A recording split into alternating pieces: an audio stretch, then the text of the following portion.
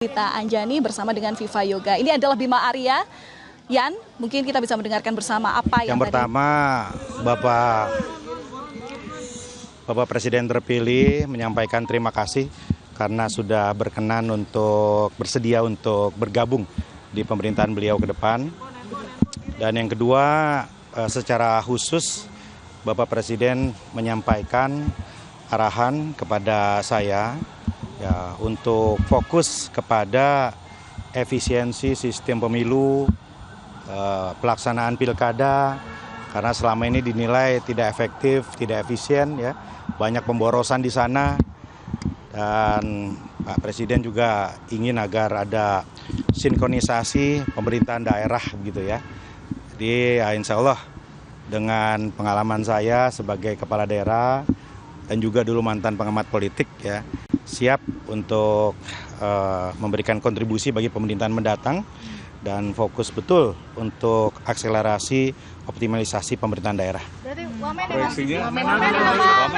Ya tentu ya nggak jauh-jauh dari itu, tentu yang nyambung dengan kiprah saya 10 tahun terakhir sebagai kepala daerah dan juga dulu sebelumnya pengamat politik. Ya, tadi saya sampaikan Bapak Prabowo meminta secara khusus nanti dilakukan kajian agar sistem pemilu kita, pilkada kita efektif, efisien, mencerdaskan, mempersatukan gitu.